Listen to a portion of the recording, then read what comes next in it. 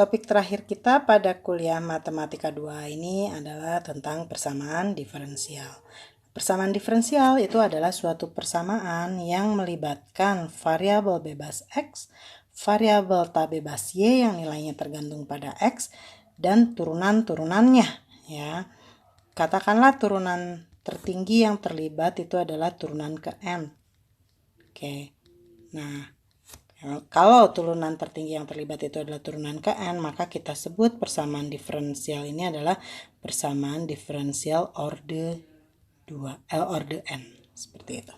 Ya. Contohnya misalnya kita punya Y aksen tambah 2 sin X ini sama dengan 0. Nah, ini adalah persamaan diferensial orde 1 ya, yang udah kita bahas semester lalu. Masih ingat ya, mudah-mudahan bagaimana cara menyelesaikannya, mencari solusinya. Kemudian contoh yang lain, misalnya Y double aksen tambah XY aksen ini sama dengan X kuadrat misalnya. Ya, ini adalah persamaan diferensial orde 2. Contoh lainnya misalnya Y triple aksen tambah Y double aksen kuadrat ditambah 3XY 3XY ini sama dengan E pangkat X. Nah, ini adalah persamaan diferensial orde 3. Nah, kalau kita punya persamaan diferensial, masalah kita itu adalah mencari fungsi Y sama dengan Fx yang memenuhi persamaan diferensial tersebut. Itu masalahnya. Kita lihat contoh ya. Misalnya saya punya persamaan diferensial Y double aksen tambah Y sama dengan 0. Nah, ini adalah persamaan diferensial orde 2 ya. Oke. Nah, kita lihat ya, dari pengalaman kalian selama ini, kalian bisa tahu bahwa kalau saya punya Y sama dengan cos X, seperti itu ya. Kita dapatin Y aksennya itu adalah berapa? Min sin X. Dan Y double aksennya itu adalah min cos X. Ya. Nah, maka kita akan dapatkan bahwa Y double aksen tambah Y ini sama dengan 0. Artinya Y sama dengan cos X itu adalah salah satu solusi dari persamaan diferensial Y double aksen tambah Y sama dengan 0. Nah, tapi kalau kita lihat fungsi yang lain, misalnya Y sama dengan konstanta A kali cos X. Sekarang konstantanya nggak perlu 1. Dia bisa 2, 3, min 1, min 2, min 3, atau mungkin bilangan rasional dan irasional ya. Hanya sembarang bilangan real ya. Oke, nah maka kalau kita cari ini Y aksennya itu adalah min A kali sin X. Y double aksennya itu adalah min A cos X. Dan sekali lagi kalau kita masukkan ke persamaan diferensial, maka kita akan dapatkan Y sama dengan A cos X ini memenuhi persamaan diferensial tersebut. Berarti Y sama dengan A kali cos X dengan sembarang konstanta A itu adalah solusi bagi persamaan diferensial Y double aksen tambah Y sama dengan 0. Contoh yang lain misalnya kalau saya ambil Y sama dengan A kali sin X. Jangan A lagi konstantanya, B ya. Y sama dengan B kali sin X. Seperti itu. Ya, kita lihat bahwa Y aksen itu adalah B kali cos X. Y double aksen itu adalah min B sin X. Nah, kalau kita substitusikan lagi nih ya ke dalam persamaan diferensial kita, maka juga dia akan memenuhi. Ya, min B sin X ditambah B sin X itu adalah 0. Jadi B sin X itu juga adalah solusi dari persamaan Y double aksen tambah Y sama dengan 0. Nah, kalian sekarang saya jumlahin nih keduanya. Y sama dengan A kali cos X ditambah B kali sin X nih. Ya, kalau kita hitung nih ya, aksennya adalah min A sin X tambah B cos X. Kemudian Y double aksennya itu adalah min A cos X dikurangi B sin X. Sekali lagi kalau kita substitusikan ke persamaan diferensial, maka Y sama dengan A cos X tambah B sin X ini akan memenuhi persamaan diferensial tersebut. Maka Y sama dengan A kali cos X tambah B kali sin X itu adalah solusi bagi persamaan diferensial Y double aksen tambah Y sama dengan 0. Nah, sekarang kita akan memfokuskan masalah kita ke persamaan diferensial linear. Nah, apa itu persamaan diferensial linear? Saya balik dulu ke kuliah semester lalu ya. Kalau kita punya fungsi y sama dengan fx, ya. Nah, maka turunan dari y sama dengan fx itu adalah y aksen sama dengan f aksen x. Perhatikan bahwa fx itu adalah fungsi, ya, dari subhimpunan bilangan real ke bilangan real. Ya, terus turunannya f aksen x itu juga adalah fungsi dari subhimpunan daerah definisi f ke bilangan real. Jadi di sini kita melihat bahwa kita bisa memetakan, ya, fx ke f aksen x. Jadi kita sebut saja pemetaan kita itu adalah dx. Dia memetakan himpunan fungsi yang saya notasikan dengan f cantik ini ke himpunan fungsi, ya, di mana fx itu kita petakan ke f aksen seperti itu, ya. Atau kalau kita lihat di sini dx dari f itu sama dengan f aksen, ya. Atau kadang-kadang ditulis juga dx dari y itu sama dengan y aksen seperti itu, ya. Nah, pemetaan dari himpunan fungsi ke himpunan fungsi itu disebut operator. Oke. Nah, operator ini operator turunan namanya, ya. Jadi memetakan suatu fungsi ke turunannya itu disebut operator turunan. Itu bersifat linear. Apa artinya bersifat linear? Ya, ini saya ulang lagi. Jadi kalau saya punya dua buah fungsi y1 misalnya itu adalah fungsi dari x, ya. F-nya saya ganti dengan y1 aja biar nggak bingung, ya. Y2 itu sama dengan y2x begitu, ya. Nah, sekarang kita jumlahin nih y1 sama y2. Kemudian kita ambil turunannya. Y1 tambah Y2 kita operasikan. Kita petakan Y1 tambah Y2 itu untuk mencari turunannya. Ini kan berdasarkan definisinya ini adalah Y1 tambah Y2 diambil turunannya. Begitu kan? Ya. Nah, tapi kita tahu dari kuliah kita semester lalu bahwa turunan dari Y1 tambah Y2 itu nggak lain adalah turunan dari Y1 ditambah dengan turunan dari Y2 seperti itu. Ya. Atau ini adalah dx dari Y1 ditambah dengan dx dari y2 begitu, ya. Ini sifat yang pertama. Sifat yang berikutnya adalah kalau saya ambil skalar alfa terus saya kalikan dengan y1, jadi saya dapat fungsi alfa y1. Sekarang saya ambil turunannya atau saya operasikan, ya. Kita petakan alfa y1 ini oleh dx, ya. Nah, maka ini kan akan sama dengan turunan dari alfa y1. Sekali lagi dari sifat yang udah kita pelajari tentang turunan ini nggak lain adalah alfa kali y1 aksen, atau ini adalah alfa dari dx y1.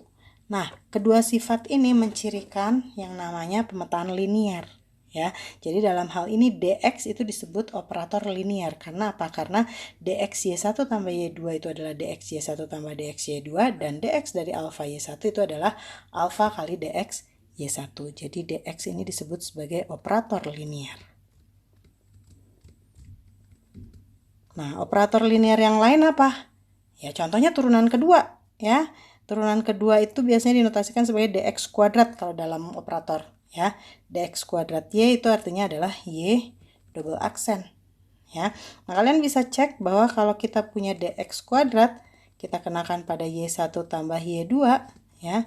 Nah, maka ini adalah turunan kedua dari y1 tambah y2, yang mana ini adalah turunan kedua dari y1 tambah turunan kedua dari y2. Ini kuliah kita semester lalu nih, ya. Jadi ini sama dengan dx kuadrat y1 ditambah dx kuadrat y2 gitu. Demikian juga dx kuadrat alfa kali y1 ini nggak lain adalah bisa dibuktikan adalah alfa kali dx kuadrat y1, ya. Nah, jadi dx kuadrat ini juga merupakan operator linear, ya. Nah, nanti kalian bisa cek juga turunan ke n, ya. Turunan ke n dari y, ya. Itu juga adalah operator linear, ya. Ini juga dx pangkat n ini adalah operator linear juga, ya. Ini contoh dari operator linear. Oke. Contoh yang lainnya lagi gimana? Oke, kalau kita kembali ke persamaan diferensial kita yang pertama tadi, y double aksen tambah y sama dengan 0, ya. Nah, kita perhatikan luas kiri, ya. Luas kiri kita. Kita bisa tuliskan ini sebagai dx kuadrat dari Y ditambah 1 kali Y ya, itu sama dengan 0 ya. Nah, kita lihat yang sebelah kiri. Nah, ini bisa kita tulis sebagai dx kuadrat tambah 1 kali Y ya. Nah, perhatikan ini dx kuadrat tambah 1 kali Y yang jadi perhatian kita ini ya. Bisa dilihat bahwa dx kuadrat tambah 1 kalau saya kenakan pada Y1 tambah Y2 ini akan sama dengan ya dx kuadrat dari Y1 tambah Y2 ditambah dengan Y1 tambah Y2, begitu kan? Ya. Nah, ini karena dx kuadratnya bersifat linear, jadi kita bisa tuliskan ini sebagai dx kuadrat Y1 ditambah dengan Y1 ditambah dx kuadrat Y2 ditambah dengan Y2 ya. Nah, maka ini akan sama dengan dx kuadrat tambah 1 dikenakan pada Y1 begitu, ditambah dx kuadrat tambah 1 dikenakan pada Y2. Nah, jadi kita lihat nih, kalau misalnya kita tulis ini sebagai operator L ya, ini juga sebagai operator L, ini operator L juga. Jadi kita punya LY1 tambah Y2 itu sama dengan LY1 ditambah dengan LY2. Ini kadang-kadang pakai kurung, kadang-kadang enggak, itu enggak masalah ya.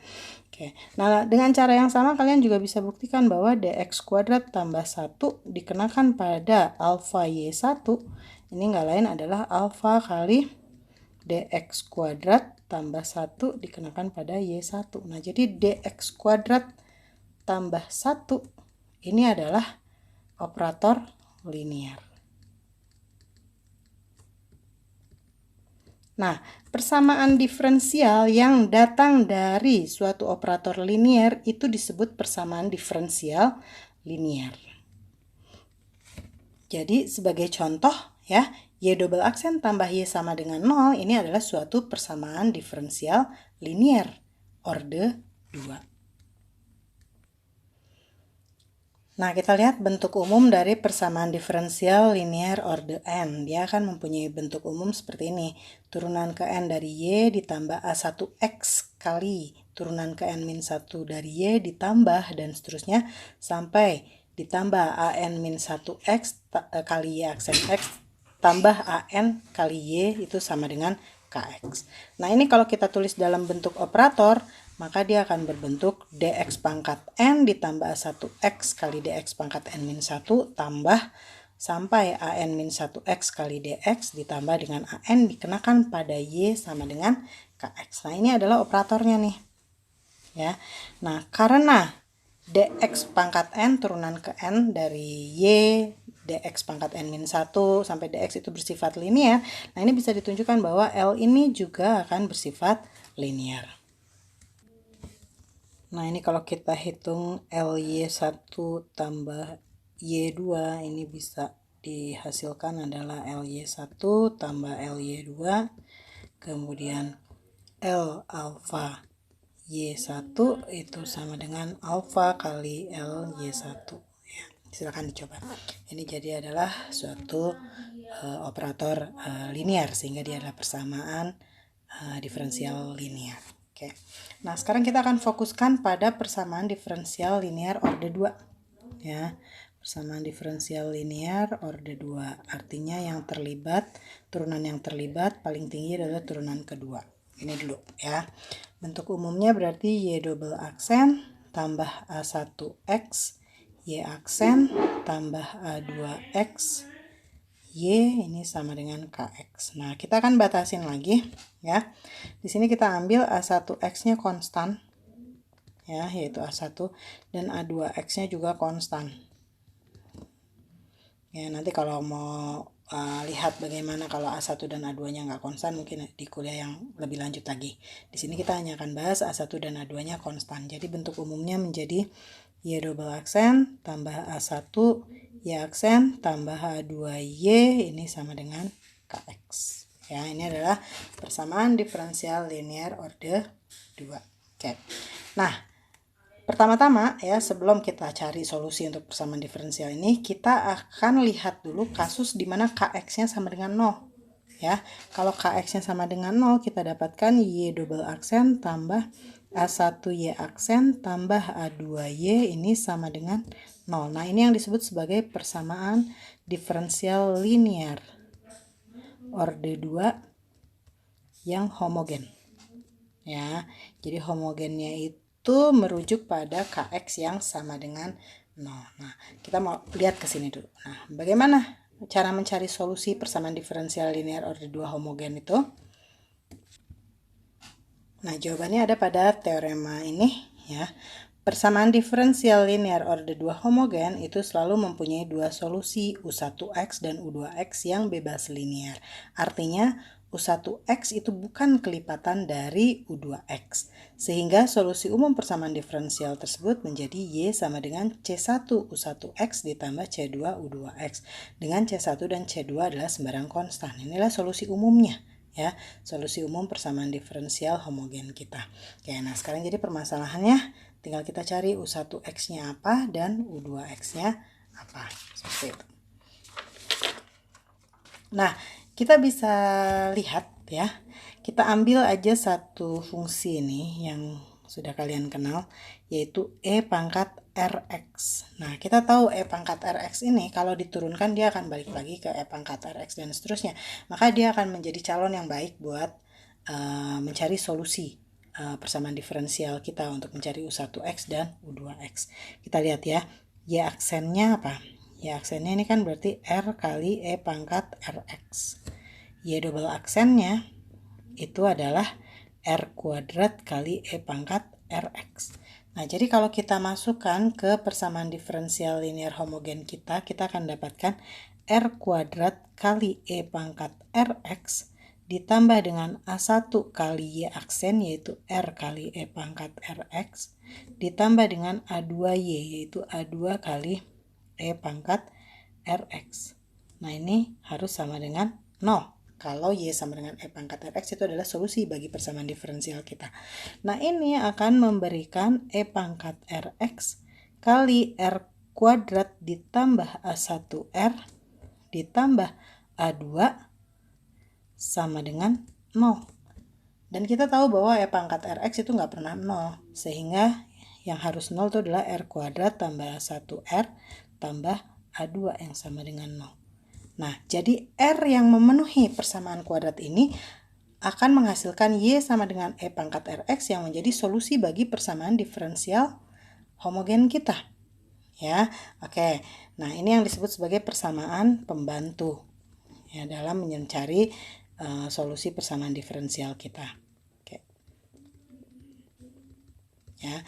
Nah, jadi nanti kalau kita dapat ya, ini kan R persamaan kuadrat ya. Nah, jadi solusi dari persamaan kuadrat itu nanti yang akan menghasilkan solusi bagi persamaan diferensial homogen kita. Nah, tapi ingat, persamaan kuadrat ini ada beberapa kasus dalam penyelesaiannya. Dia mungkin punya 2 akar real, dia mungkin hanya punya 1 akar real, atau kemungkinan yang ketiga dia tidak punya akar real. Nah, kita lihat satu persatu kasusnya ya. Kasus yang pertama itu ketika R kuadrat tambah A1R tambah A2 sama dengan 0 mempunyai 2 akar real.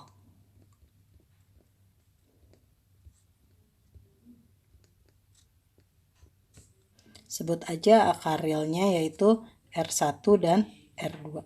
Nah, kalau ini yang terjadi berarti Y sama dengan E pangkat R1X itu adalah solusi bagi persamaan diferensial kita, dan Y sama dengan E pangkat R2X ini juga solusi ya bagi PD homogen kita ya. Biar gampang ini kita kasih nama aja deh ya. Ini kita kasih nama aja bintang gitu. Nah, jadi ini akan merupakan solusi bagi persamaan diferensial homogen bintang kita. Oke. Nah, solusi umum PD homogennya apa? Ya. Nah, ini adalah U1x, U2x yang tadi yang ada di teorema ini. Ya, jadi E pangkat R1X dan E pangkat R2X itu adalah U1X dan U2X-nya. Jadi solusi umum PD bintang itu adalah Y sama dengan C1 kali E pangkat R1X ditambah dengan C2 kali E pangkat R2X. Ini adalah solusi umumnya. Kita lihat contoh ya. Misalnya kita punya persamaan diferensial. Jadi cari solusi umumnya dulu.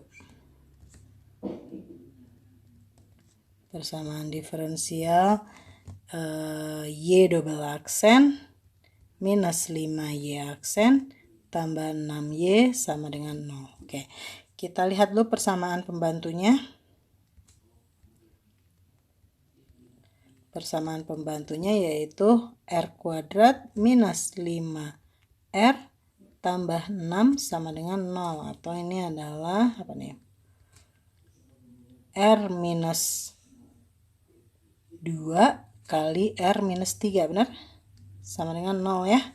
Oke, jadi kita dapat R1-nya 2, R2-nya adalah 3. Jadi solusi umum persamaan diferensial kita itu adalah Y sama dengan C1 kali E pangkat 2X ditambah C2 kali E pangkat 3X. Nah, ini adalah solusi umum persamaan diferensialnya. Jadi, solusi umum itu banyak ya. Ini berlaku untuk sembarang C1 dan C2 mau diambil berapapun ya. Mau diambil C1-nya 0, C2-nya 3. Nah, itu adalah solusi. Mau diambil C1-nya 4, C2-nya 0, itu solusi. Mau diambil C1-nya min 2, C2-nya 3, itu juga solusi. Apapun C1, C2, bilangan real itu akan merupakan solusi bagi persamaan diferensial. Nah, kalau kita dikasih syarat tambahan ya, cari solusinya ya. Yang memenuhi, katakanlah misalnya Y0 sama dengan 0. Jadi ketika X sama dengan 0, Y-nya 0. Dan Y aksen 0 sama dengan 1. Ketika X sama dengan 0, Y aksennya itu adalah 1. Nah, kita akan dapat solusi khususnya ya. Apabila ini dipenuhi. Oke, nah kita tahu solusi umum PD-nya adalah Y sama dengan C1 kali E pangkat 2X tambah C2 kali E pangkat 3X. Oke, nah kita perlu Y aksen ya. Kita cari dulu Y aksennya. Y aksennya adalah 2C1 kali E pangkat 2X ditambah 3C2 kali E pangkat 3X. Oke, kita masukin syarat-syaratnya. Kita mulai dengan Y0 dulu. Y0-nya itu adalah 0. Ya. Y0-nya berapa? Yang lain adalah C1 kali E pangkat 0 yaitu 1 ditambah C2 kali E pangkat 0 yaitu 1. Jadi 0 sama dengan C1 tambah C2. Syarat yang kedua, Y aksen 0 sama dengan 1. 1 sama dengan Y aksen 0. Nah, Y aksen 0 berarti sama dengan 2C1 tambah 3C2. Oke. Nah, ini kalau kita cari nih ya, maka kita akan dapatkan C1-nya sama dengan 1 dan C2-nya itu adalah sama dengan minus 1.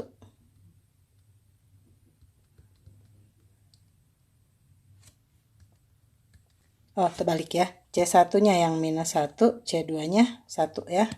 C1-nya minus 1, C2-nya 1. Oke, ya. Nah, jadi dari sini kita dapatkan ya solusi khususnya ya.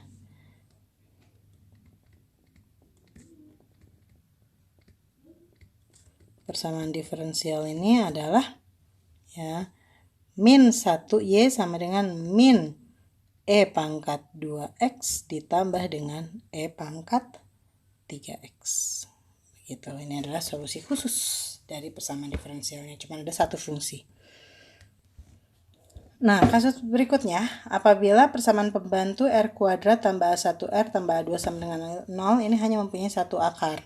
Ya, maka sebut aja akarnya itu adalah R1 begitu ya. Maka solusi persamaan diferensialnya ya, itu nggak lain adalah Y sama dengan C1 kali E pangkat R1X. Nah, yang satunya lagi, dia kan harus bukan kelipatan yang kita kalikan dengan X. Jadi ini adalah C2X kali E pangkat R1X. Seperti itu. Ini adalah solusi umum PD-nya. Sama-sama E pangkat R1X, tapi yang satu dikalikan dengan X ya.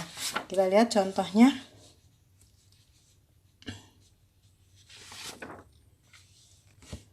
Contoh misalnya cari solusi umum persamaan diferensial Y double aksen tambah 2Y aksen tambah 1 sama dengan 0 ya. Jadi kita lihat di sini persamaan pembantunya itu adalah R kuadrat tambah 2R tambah 1 sama dengan 0, atau ini nggak lain adalah R tambah 1 kuadrat sama dengan 0. Jadi dia cuma punya satu akar real, yaitu R sama dengan min 1 ya. Ini nggak lain adalah R sama dengan min 1. Jadi solusi umumnya persamaan diferensial kita itu adalah Y sama dengan C1 kali E pangkat min X ditambah C2X kali E pangkat min X gitu. Nah, kasus ketiga ya, ini terjadi ketika persamaan pembantu kita itu tidak mempunyai akar real. Ya, kalau dia tidak mempunyai akar real artinya dia mempunyai dua akar kompleks. Nah, mohon maaf nih saya nggak bisa jelasin detailnya tentang ini, tapi kalian lihat aja deh ya, mempunyai dua akar kompleks. Nah, kalau kita lihat pakai rumus ABC, masih ingat nggak? Ya, untuk mencari solusi bagi persamaan kuadrat ini kita bisa pakai rumus ABC. R12 itu kan sama dengan min A1 plus minus akar A1 kuadrat dikurangi 4 kali A2 gitu ya, per 2 ya. Nah, untuk kasus yang ketiga ini terjadi karena A1 kuadrat min 4A2 ini lebih kecil dari 0 ya, atau 4A2 nya lebih besar dari A1 kuadrat. Nah, kalau ini yang terjadi maka ini bisa kita tuliskan sebagai, oh maaf ini bukan A2 tapi 2 ya. Oke, dibagi 2.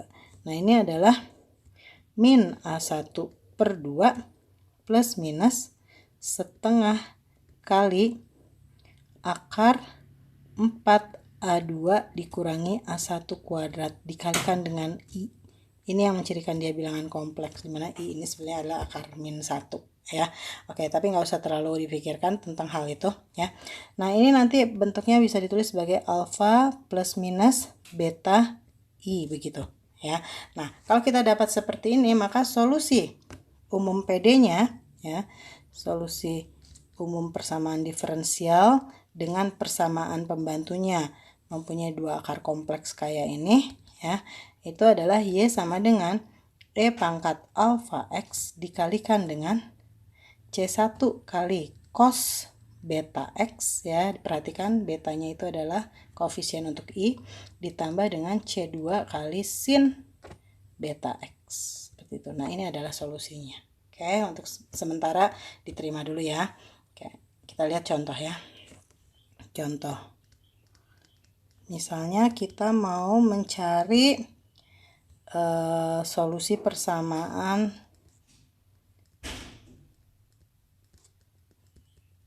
diferensial apa nih, Y double aksen tambah Y sama dengan 0 begitu ya. Oke, kita lihat di sini persamaan pembantunya